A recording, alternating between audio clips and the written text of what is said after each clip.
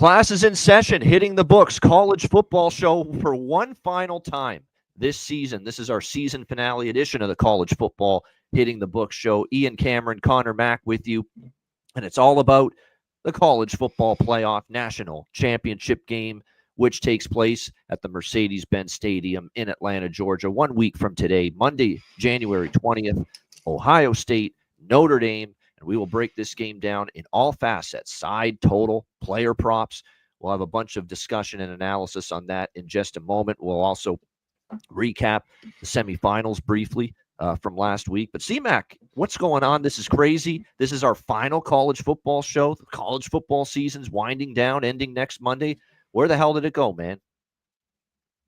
Yeah, it always goes by so fast. And I hate the break with college football just because I love it so much. And I love winning. So that's why I love college football. So, yeah, it's always bittersweet, but I think we got a great game. We got two, solid semifinal games. And I think this one could be pretty good as well. It should be a lot of fun. No doubt. Looking forward to it. Just some couple thoughts on a couple thoughts from both of us on the semifinal games last week. 1 second. Yeah, Notre Dame, of course, against Penn State. That was a really good football game. It was really a tale of two different games. We saw really the defenses dominate and the offenses struggle in the first half. We pretty much saw the opposite in the second half. The offenses came to life and the defenses started to struggle. But Notre Dame ends up hitting on a couple of big plays. They also, Riley Leonard played a lot better in the second half. There's no question, and made plays in the passing game, which was always the thing people doubted about him, especially in that second half to help them to victory. Penn State, though, credit to them, they answered. But at the end of the day, what ended up being the deal breaker for Penn State, obviously Drew Aller's interception, an interception you just can't make. It was a horrible read. It was a horrible decision. It was thrown across your body, off balance, across the middle of the field. It was a no-no in that situation, and you could tell the moment when that pass was intercepted and he put his hand on his head that he knew he fucked up royally. That was a huge mistake by him. He got away with the other one, too. Yeah, that was not a PI. Negated by penalty earlier. Yeah, that one was really not. That was crazy. I'm like, what the hell? So I was apoplectic a couple times because I had an INT prop in that game on Drew Aller, and a couple of times it was ripped away from me by penalties they gave Notre Dame.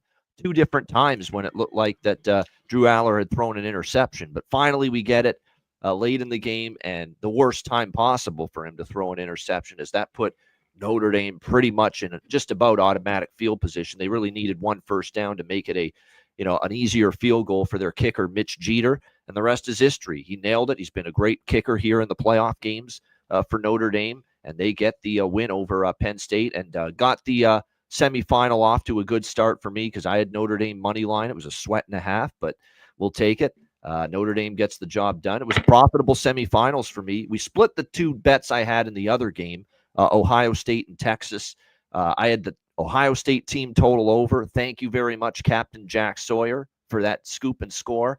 Fumble return touchdown, or sack fumble return touchdown. That's what put Ohio State over the team total because I had over 27.5 with Ohio State's team total. I had the full game over. Unfortunately, that fell a little bit short. There was just too much bogging down on offense, particularly in the second quarter.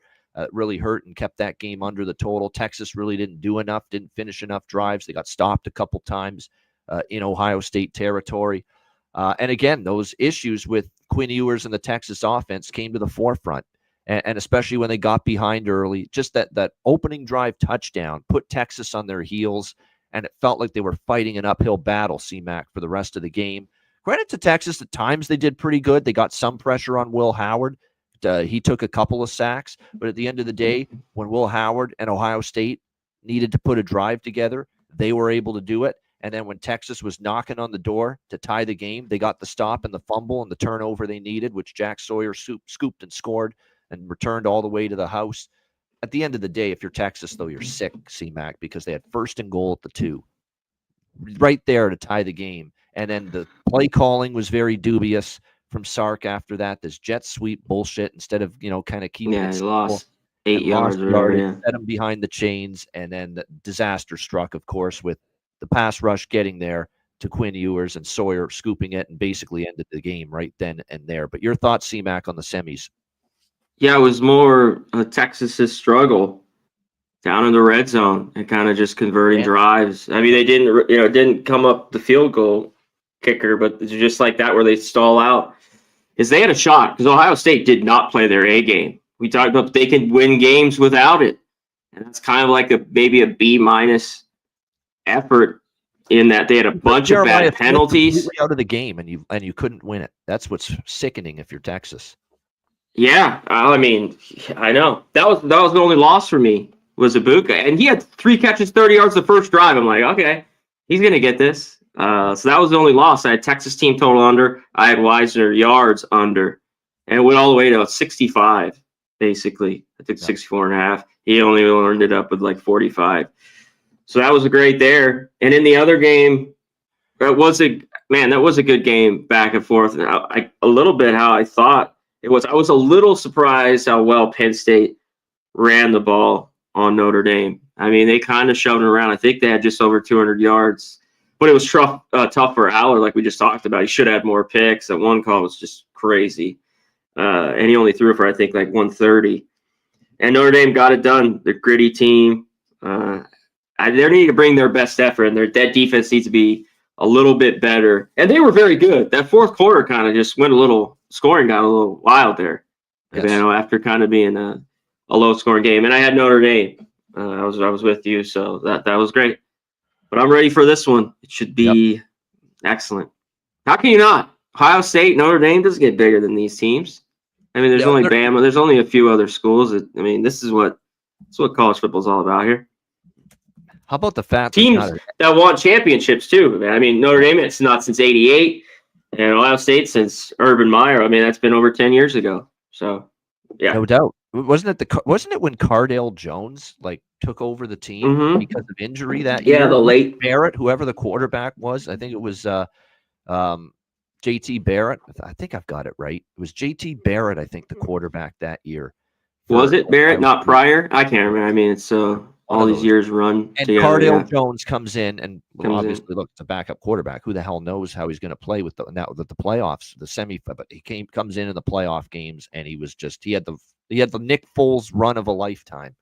Like Nick Foles did with Philadelphia. Very good comparison, in my opinion. What Nick Foles did when Wentz got injured for Philadelphia in the NFL, and they beat New England in the Super Bowl that year. It's what Ohio State beat Chip Kelly in Oregon, I remember, in the national championship game that year. And of course, now Chip Kelly's an offensive coordinator with the Ohio State Buckeyes, the program that beat him when he was a head coach in the national championship game with Oregon. So I guess everything comes full circle a little bit here. But we've got, obviously you've got historic programs, name brand programs going head to head. How about the fact there is 0 SEC presence in the national championship game this year? That's a new one. That's something we haven't seen in a very long time. A little bit of a down year, though. I mean, Texas was like the left, but Georgia, Bama, they just were Old Miss. These teams, it wasn't the best year for how dominant the last 10 years, I'd say, or a little bit longer. The SEC's been 15 years. No question about that. You're absolutely right. And like I said, though, I think still this is a great matchup. I don't want to hear the people bitching about no SEC. It's a compelling game still. There's great storylines still on both sides, and I think it's going to lead to hopefully a great game and an entertaining game between Ohio State and Notre Dame. Right now, the current consensus line has Ohio State 8.5-point favorites. The total sitting at 46 right now, pretty much across the board here in this game. Ohio State offense versus Notre Dame defense. I figure with just the one game, we'll kind of go, both sides of the ball type of analysis. Offense versus defense. Notre Dame has a terrific one-on-one man coverage secondary. Okay, there's no denying that. They've been that's been one of the strengths of the team, and to think they lost one of their top corners, one of their All-Americans in the cornerback spot earlier this season. Yeah. And that secondary is still played at a very, very high level. I know Penn State's not got a ton of gifted receivers this year, I don't care who you play and what their situation is. You hold a team to no receptions, no receiving yards from the wide receiver spot. That's still impressive. And that's obviously what we saw from this Notre Dame defense against Ohio State. So if you're Notre Dame, you're saying to yourself, we know we've got to deal with this explosive passing attack that has sprung to life for Ohio State in the 3 playoff wins. Not so much against Texas, but they were still pretty good in the passing game. And obviously they torched Tennessee and Oregon before that. But we think we've got the pass defense to at least pose a challenge here to Ohio State, to match up and try to, corral Jeremiah Smith, to try to corral Emeka Egbuka, in this passing game. So I think if you're Notre Dame, you're going to say to yourself, we've got the tools to maybe take away Ohio State's strength. Now, the question is, it's not an easy offense to simulate. It's not easy to simulate stopping Jeremiah Smith, who's got everything, the speed, the hands, the route running ability, and that's going to be the challenge here for Notre Dame's defense. But just that side of the ball, that's what stands out to me, is Notre Dame's defense, being able to potentially match up, I should say, against that Ohio State pass attack, which has become explosive. I think when you look at Notre Dame, it's going to get talked about once again. Their defensive line, a little bit undersized. Somehow they hung in there and they stopped Georgia from running the football. It wasn't nearly the same thing against Penn State. That Notre Dame defensive front was getting pushed around, for a decent portion of that game. Penn State with 204 total team rushing yards in that game against Notre Dame. So, and Singleton and Allen were able to, both get to in the 80s, as far as receiving yards individually in that game. So does that mean Judkins and Travion Henderson? And that's going to be the interesting debate here for Chip Kelly. I've got this passing attack. That's the part of the offense, C-Mac, that's gotten us to this point, is that we've been attacking the ball vertically down the field, throwing it deep, throwing it to our big-time receivers, cutting Will Howard loose in the passing game. But does Chip Kelly say, even though that's been our MO in these playoffs, we've got potentially a chance to run the football down an undersized D front for Notre Dame? Do we maybe commit more to the run game than maybe we have in the last 3 victories, Texas, Tennessee, and Oregon, knowing that we might have a size edge up front? And do we run Judkins? Do we run Travion Henderson more? I think that's going to be an interesting, internal debate that Chip Kelly and the offensive coaching staff is going to have. Just your thoughts on Ohio State offense, Notre Dame defense, that matchup, C-Mac. Yeah, I think they can have success running it on Notre Dame. Do they want to do that, though? Let's just touch on the props in this one. It's just always kind of drove me crazy when there's 2 backs that I know not one's getting carried to take their yards over. We might have talked about it before on here. Same thing in the NFL. So it's like both Judkins and Anderson, I think, could go up. It's like which one might have the bigger game. I think their yards are in this game are both almost about 60 or, just below there, around 58. So, and they didn't have big games. Henderson had the big screen touchdown, right there at the end of the second quarter. But both didn't have great games running it. The Texas defense did well. What do they have here? Anderson had 42 on 6 carries, which is all right. He had a 22-yarder, and then Judkins 9 for 36. But they threw it a lot more. In this game, you got to think Smith has got to have a bigger game. After he gets just kind of shut down, and they're going to look to stop him again. That's what Texas did. And they kind of took it. You know what? If I go back to it, and his yards were pretty good all year long. Can Tate have more success when them trying to stop those 2 receivers with this offense? And that's the strength of Notre Dame's defense has been the secondary. The safeties have been great. So maybe another decent game for Tate in this one. Do you have his yards real quick? I have it here. I have it pulled up. For who? For Tate, Carnell Tate. I think he's right around 38. He's the forgotten man because everyone talks about Buka, everyone talks about Jeremiah Smith, but Carnell Tate was. He could be free here again. Yes. Yeah, that's why I just with them. I've got on them or even Dublin. I've got receptions for Carnell Tate 2.5 plus 115. I've got receiving yards for him around 39.5 right now. Yeah, when I went through the year, it's not like he's just the forgotten guy a little bit with those 2. but he was pretty consistent. Just it seemed like he got over 40 a ton of games. He had a few bad ones, of course, happens with receivers, and a few big ones where he had over 100 yards, but a lot of 50, 58, 45. I mean, that could be similar here. It's just there hasn't been a ton of people that have had a lot of success throwing on this Notre Dame defense. So we'll see what Chip Kelly wants to do in this game. I think it's a big debate because of the fact that our passing game has gotten us this point. Our I think you got to take shots. I mean, yeah, I think so. But Notre Dame's secondary is formidable, and we feel we may have an advantage in the run game versus this Notre Dame defense. It's a great debate, though, and it's really going to be interesting to see how they play it. Are they balanced? Are they split evenly pass run? Do they still say, hey, the passing game's gotten us here? Screw how good this secondary is for Notre Dame. Our guys are just better. They're still going to win their one-on-one matchups? Or do they say, hey, we've got this advantage in the run game. We're going to really skew more to run on the football. I can't see them doing that, though, just because of how dynamic their passing game's been. But I know one thing's for sure is we flip it to the other side of the football, CMAC, Notre Dame offense versus Ohio State defense. This is going to be, and I'm sure Marcus Freeman knows this if Ian Cameron does, shorten this game. Long time consuming drives. A lot of short. Oh, they have to. Passes. Can they do that, though? Yeah. It's got to be short and intermediate, and it's got to try to run. I don't know if they're going to be able to run it. It's not going to be easy. Let's just put it that way, I think. But, yeah, that's good. That's the big one in this game, I think. The Notre Dame offense versus this Ohio State front seven.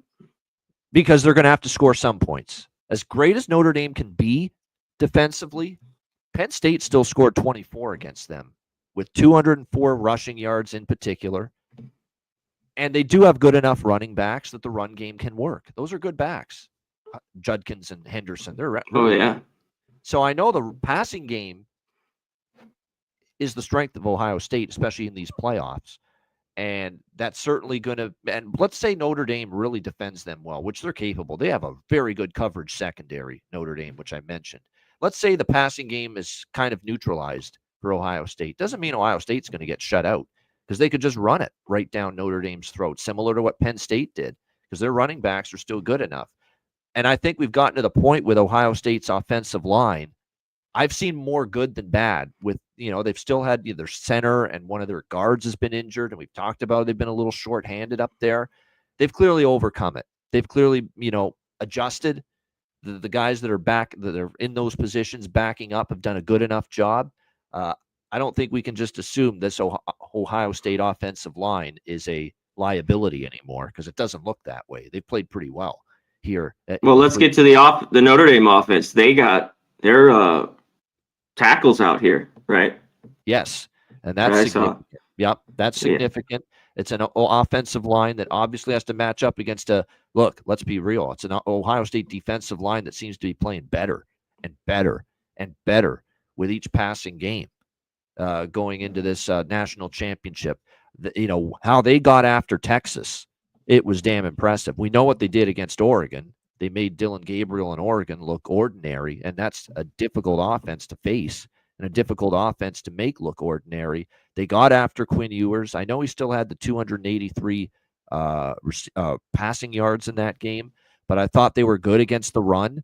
Only 58 rushing yards, again, for Texas. Problems running the football in that game with Wisner and Blue combining for just 62 on the ground. And then obviously the sacks, right? They got a couple of sacks there, a lot of TFLs, tackles for loss. Another thing they did a great job of too, and this was constant, they got their hands up. What do they say? The defensive linemen coaches, what do they always say to those guys? If you don't get to the quarterback, get your hands up. Get it up. Yeah. Now, pass breakups, pass deflections, and we saw a bunch of that too from Ohio State's defense. So while the offense is getting all the headlines, CMAC, the improvement of the Ohio State defense, which was already pretty good. Let's be honest, they didn't lose the Michigan game because of the defense. Defense played okay. Not as good as they have in the playoffs, but they weren't terrible in the Michigan loss. But they've taken it to another level. And how does Notre Dame handle that? And my concern is, here in these playoffs, Ohio State against that rush attack of the opposition, Oregon, it was ugly. There was zero, run. And I know they were down big, so they almost had to abandon it. But early in the game, they couldn't run the football against Ohio State. Tennessee did have a little bit of success, 152 rushing yards. But again, a lot of that was, a little bit softer as they had a big lead. Against Texas, Texas couldn't run the football. Counter that, though, and you could say, well, hold on now. Can't we trust Notre Dame to run the football a little bit better than Texas? Because Texas has had issues for a long time now running the football, even against Clemson and a couple of the other games, the Arizona State game. It was not easy for Texas to get that run game going. So the way I see it is people, I think, will assume Notre Dame's going to be in tough here, their O-line against Texas or against Ohio State's defensive line. But somehow Riley Leonard's toughness needs to be talked about because the one thing, he breaks contact. So we've seen teams, hit Riley Leonard for a 3-yard gain, and there he is just bouncing off, and he carries forward and gets another 3-4 yards and turns a 3-yard gain at initial contact into 7 and 8. And that's just the way he's been running. To me, obviously, this is another game where, just like CMAC going into the Penn State game, a big deal was made about the health of Jeremiah Love, and I know he was really less than 100%, and he was battling a bit of an illness as well. And certainly he powered through it, did the best he can, 11 carries, 45 rushing yards for Notre Dame against Penn State. To me, it's important to have him as healthy as possible, but it's not a be-all, end-all situation for me. Because I actually like their number 2 running back. I like Jadarian Price. I think he's a pretty good running back for Notre Dame in a number 2 spot. So if we have to see a lot of him in this game, I don't think that's going to say, wow, it's a massive drop-off. I think he's a very capable back. In fact, there's probably a little more front-line, top-line speed to Jadarian Price and compared to Jeremiah Love. So, but again, you obviously are going to see probably both backs in action. What I would say is, I know Ohio State shut down the Texas run game. And Notre Dame is going to be a run-first offense. Make no mistake about it. The run sets up the pass for Riley Leonard. There's no question. And the thing that I'm interested in is if I think Texas had issues running the football. We saw it multiple games. So for that reason, I'm not ready to say, wow, Ohio State's run defense, Notre Dame is done here. They're not going to be able to run the football. I think Ohio State benefited from a Texas team that's had issues running it and issues getting push at the point of attack in the run game for a while. I think Notre Dame's going to have a better ability, a better chance to run the football with some degree of success here against Ohio State than Texas did. That's how I see it, because that's not just a one-game thing for Texas, having those issues against Ohio State. They've had issues for that for a while. And if the run game starts to work, it opens things up for the passing game. And the question has always been, can Riley Leonard hit on those passes? Because that's always been the question mark. Can he hit on those downfield throws that open up with the play action and the run game working? Yeah. And to his credit, in the second half, CMAC, I know he had a couple interceptions. A couple of it, really, really bad.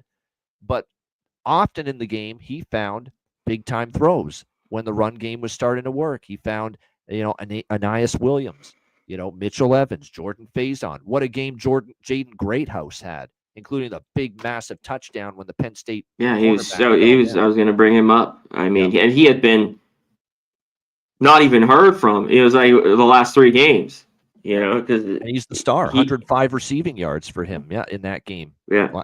Yep.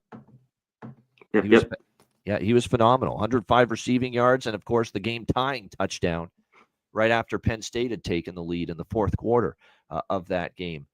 I think, that's where I sit, and I'll throw it to you, CMAC. Notre Dame offense versus Ohio State. Where I stand, my thought going into this game is, don't assume that because Ohio State shut down Texas ground game, they will shut down Notre Dame's run game, because Notre Dame's run game has shown the ability to still work here in the playoffs. I've seen now multiple games from Texas, especially the Arizona State game, especially the Ohio State game, where the run game just flat out didn't fucking work for Texas. And so don't chalk it all up to what Ohio State did against Texas with the run defense. How do you see this matchup? I mean, it's basically like 2 top 10s, almost 2 top 5s. You basically put it. Notre Dame running the ball this year, whatever they had, about 250 yards a game. And then Ohio State's run defense, which was great all year. I think they only gave up 89 yards that I still think is very good. But this is how Notre Dame, they have to run it. And just let's get to that in this game. So when I go back to the success of Michigan, it kind of worked in their favor. They were able to run it. You know what I mean? They couldn't throw. The defense played great. You mentioned that, but it wasn't 42 carries is a lot, but 172 yards. They kind of kept the chains moving, and that's the biggest thing's going to be like third down in this. But man, it's going to be really, really big. You know, in this game for Notre Dame, they get third and short, fourth and very, very short. They have to go for it a couple times. Because even when I look back, it's last year. I don't look into a ton of it, but they did play.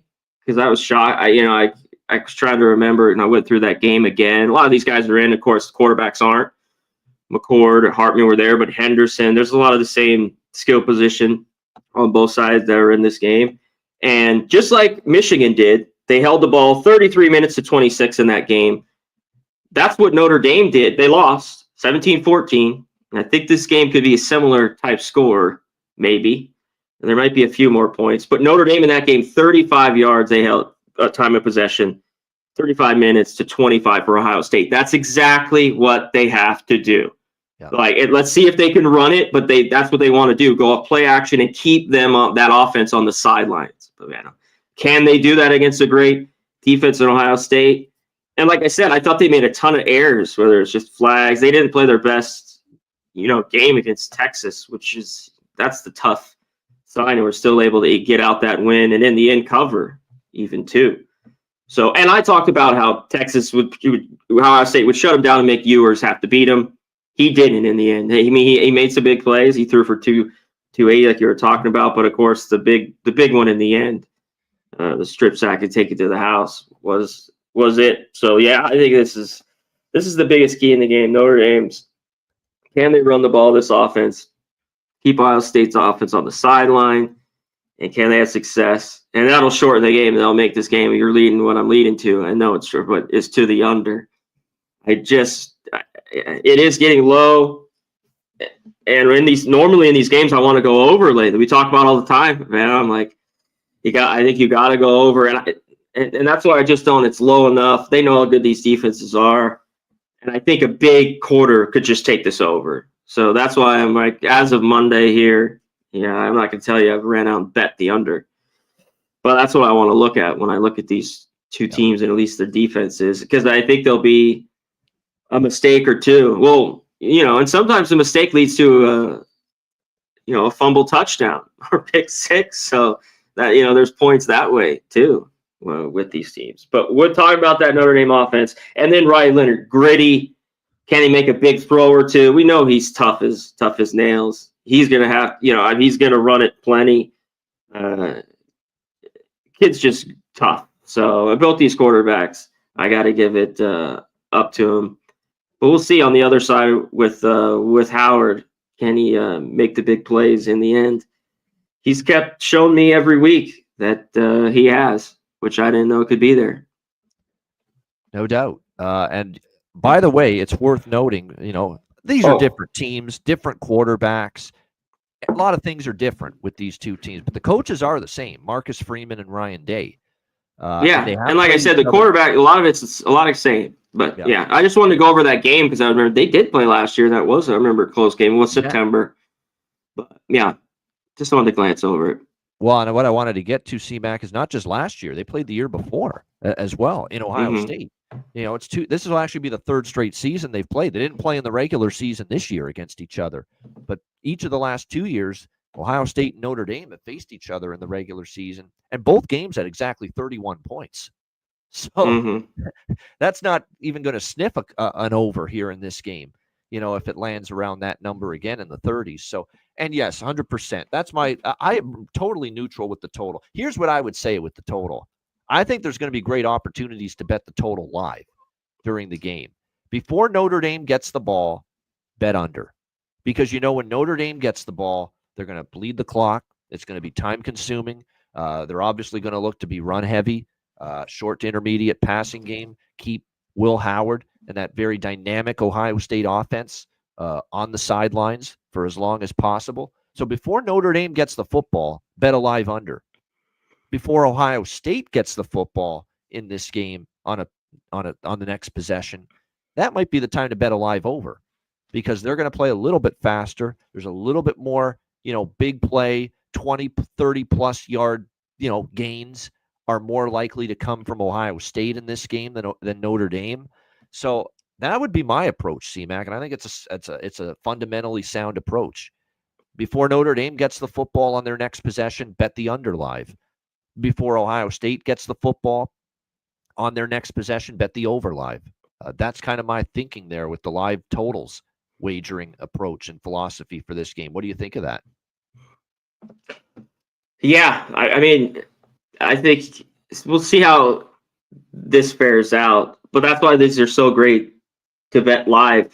Doing the game with Ohio State, it got down to 41, 40 and a half, and that's when I jumped the over. And I mean, there should have been points. Obviously, Texas looking to tie the game, but and then Ohio State got it anyways, took it to the house. So there's your points, but they got over barely if you took it live. So be ready for the hand, whatever you think might get low enough. Like if this drops, if you think they could get over 34, a number like that, 35, then maybe get on the over. But yeah, Notre Dame's going to want to run and slow it down, of course. So I look at that. And one thing to touch on too, both these special teams are pretty good, but Notre Dame's been excellent, I think, all year. One of the better, like field position, some of their numbers. So we'll see if that maybe one of these two teams takes advantage of their special teams, and has big plays, because that's always the three facets of the game. I just want to hit. You talked about Gia earlier, very good field goal kicker. So that could be a small little advantage, I think, for Notre Dame in the special teams. Maybe not crazy, but Here, as far as final opinions as of right now, where I stand on this game, I haven't placed a bet side or total yet.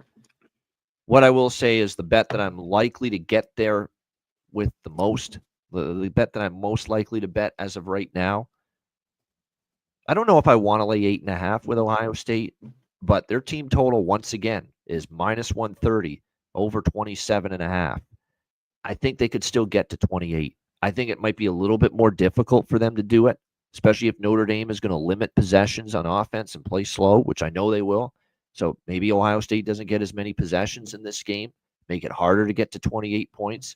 But they still have that quick strike ability in the passing game with Howard, and even in the run game.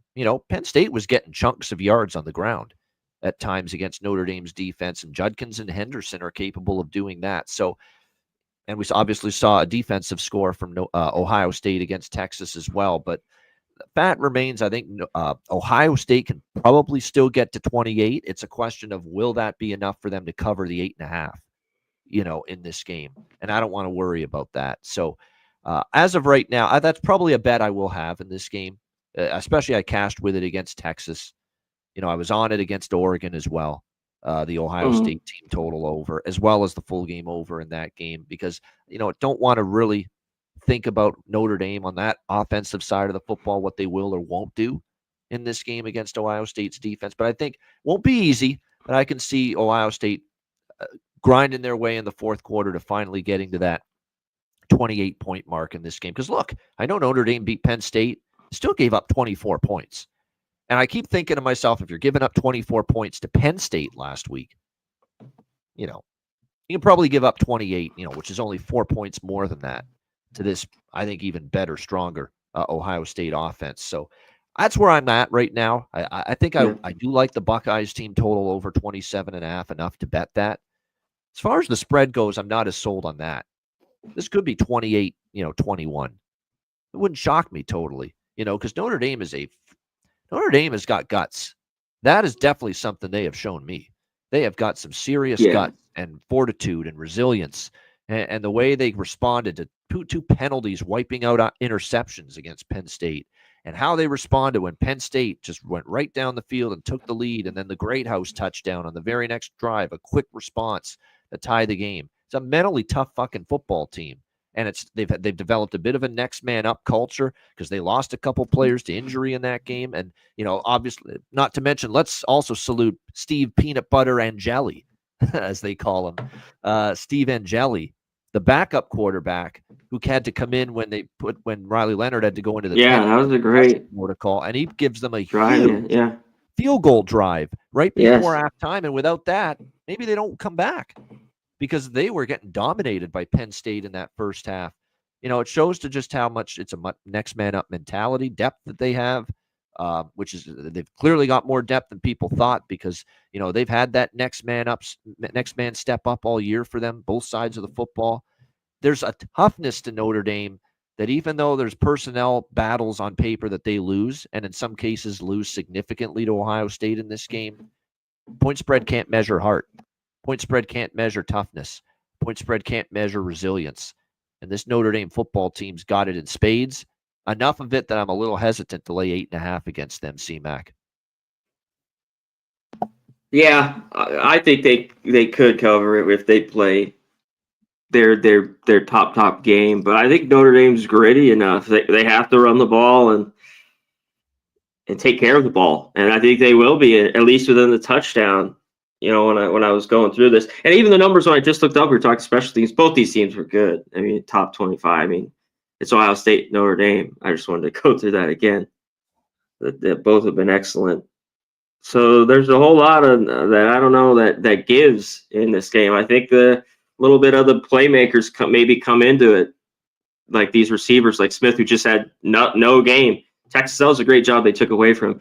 And they kind of started pinching and bringing a blitz more later. But man, at first they were playing too far back, kind of letting everything down below and across the middle, especially on that first drive.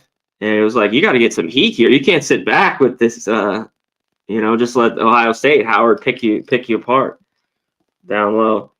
I still, when I look at this total, I look at the under. I think if you want to get on the over, get in the game, in-game. Why not? Especially early on, this drops.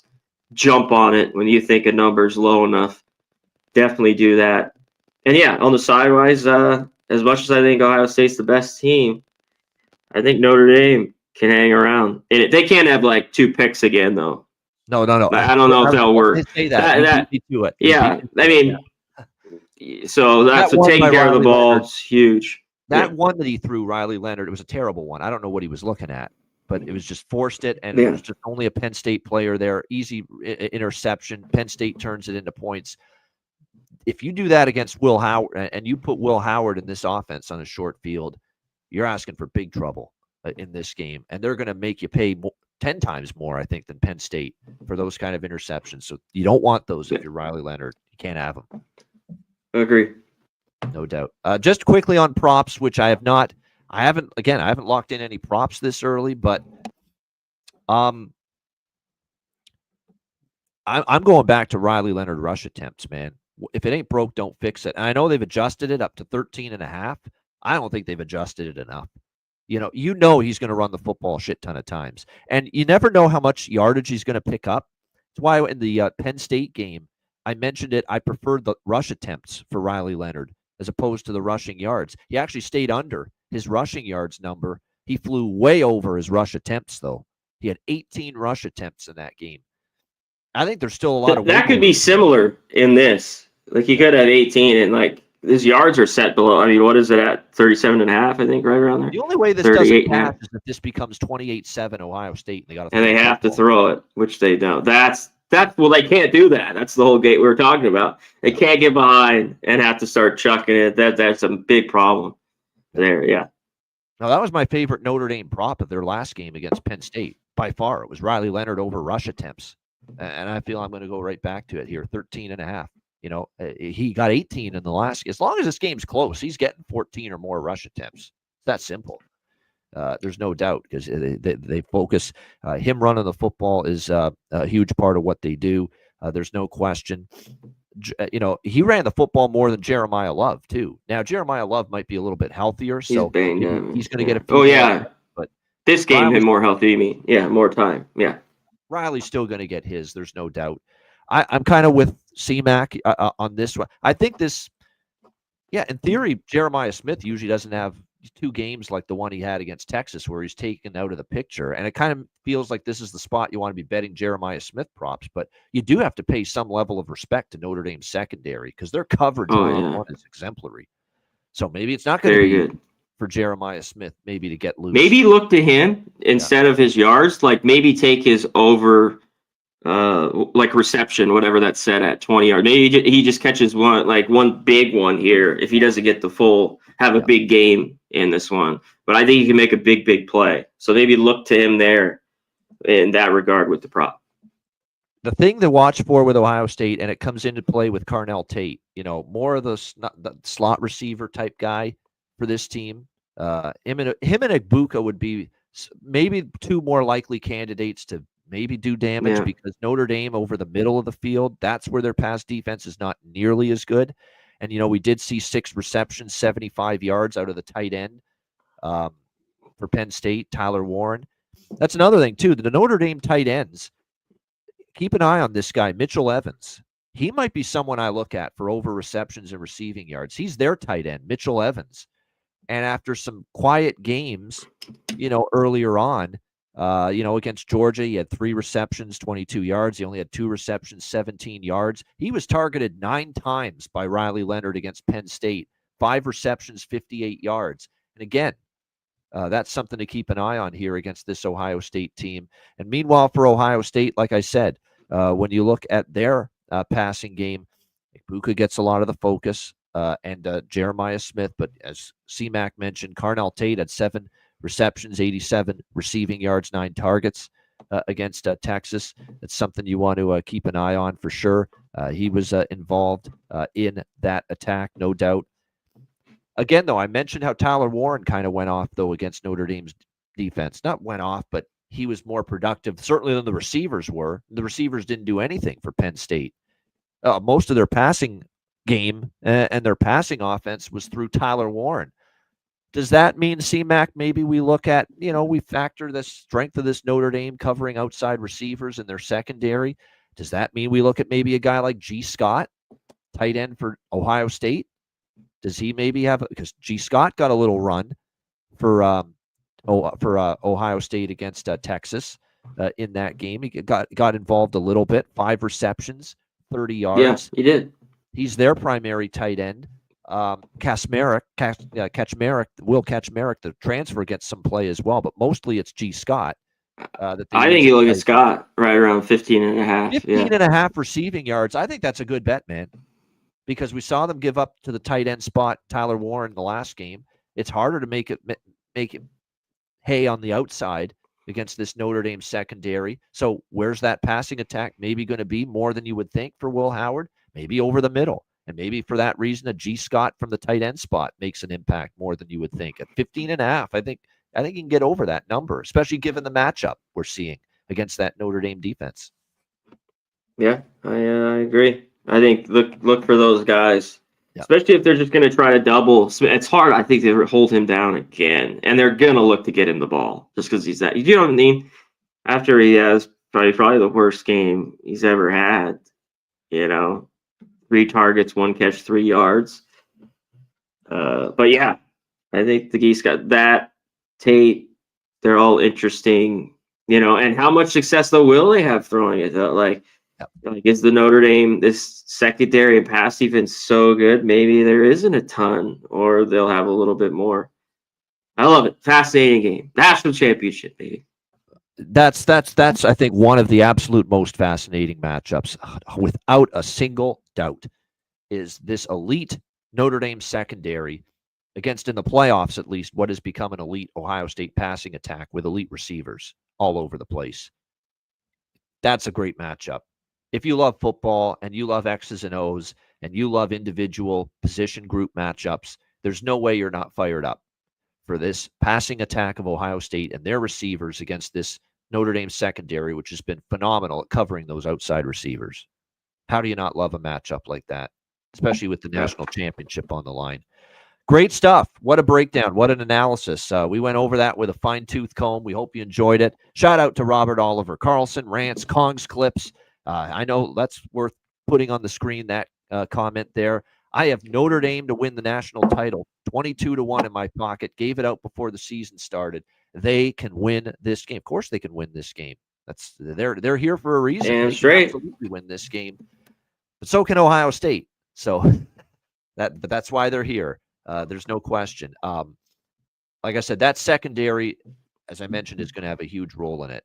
Noli knows. Good to see him in the chat as well. And Eric, Texas showed how to slow down Smith, and it was simple zone coverage / bracketing. Chip Kelly will adjust, says Eric. So, Yeah, of course. Yeah, of course. I think he's certainly going to have to, because Jeremiah Smith getting shackled, I think it's impressive they still won the game in the fashion they did with him kind of getting shut down. But you don't want to tempt fate that he'll get shut down again and you'll still be able to win in spite of it. So I know they're going to work that coaching staff for next Monday to see what they can do to get him some open opportunities to make receptions down the field in this game, no doubt. Great stuff, C-Mac. This is our final college football hitting the book show of the season. We can't say enough how much we thank all of you for tuning in. And certainly all season. It's been a great season. We thank you so much. Of course, we're going to be doing this again next year. Now that we've got the channel started, we'll get this channel going in college football probably May, June. We'll start doing some season previews, some conference preview stuff. We'll do it a little earlier, now that we got the channel fired up, June, July, that kind of thing. We'll get some conference previews going. We'll go through the conferences one by one. I know everyone will enjoy that. And it'll be up we'll get the videos clipped, and they'll be up for 2 months before the season starts. So get you ready for the next season. So we'll do some of that over the summer. And then between now and then, June and July, it's mostly college basketball now. We'll be on 3 days a week, Tuesdays, Wednesdays, and Fridays at 2 p.m. Pacific, 5 p.m. Eastern with the college basketball hitting the book show. And that'll take us right through to the end of March and into early April when they have the national championship at the end of the tournament. So that's where we're at. C-Mac, final thoughts before we say goodbye. That's it. Another great season of college football. I think, as I say, I think every year, I think if you watch the show, you're better off. And hopefully you make more money than you lose consistently when we do these. And it's always love doing it. This is my favorite. Yeah, we'll have more stuff. And, of course, the college basketball. Join us for that, Tuesday, Wednesday, Friday. We're almost back here in full swing with college basketball. So, ton of fun. I love it. I'm just ready for the game now. Yeah. Let's get it on. I am too. How can you not be after that fucking analysis we just gave you? We just broke this game down from every inch, every angle. And that's why we did it, because we've got just the one game. We figured we'll go into it a little more in depth. Hope you guys enjoyed it. And again, thank you from the bottom of our hearts for joining us all season long. But make sure you join us now on the basketball side of things, because like I said, we'll be here Tuesdays, Wednesdays, and Fridays, 3 days a week with the college basketball hitting the book show. And we'll see you next on, obviously, tomorrow on Tuesday, 5 p.m. Eastern, 2 p.m. Pacific with the college basketball hitting the book show.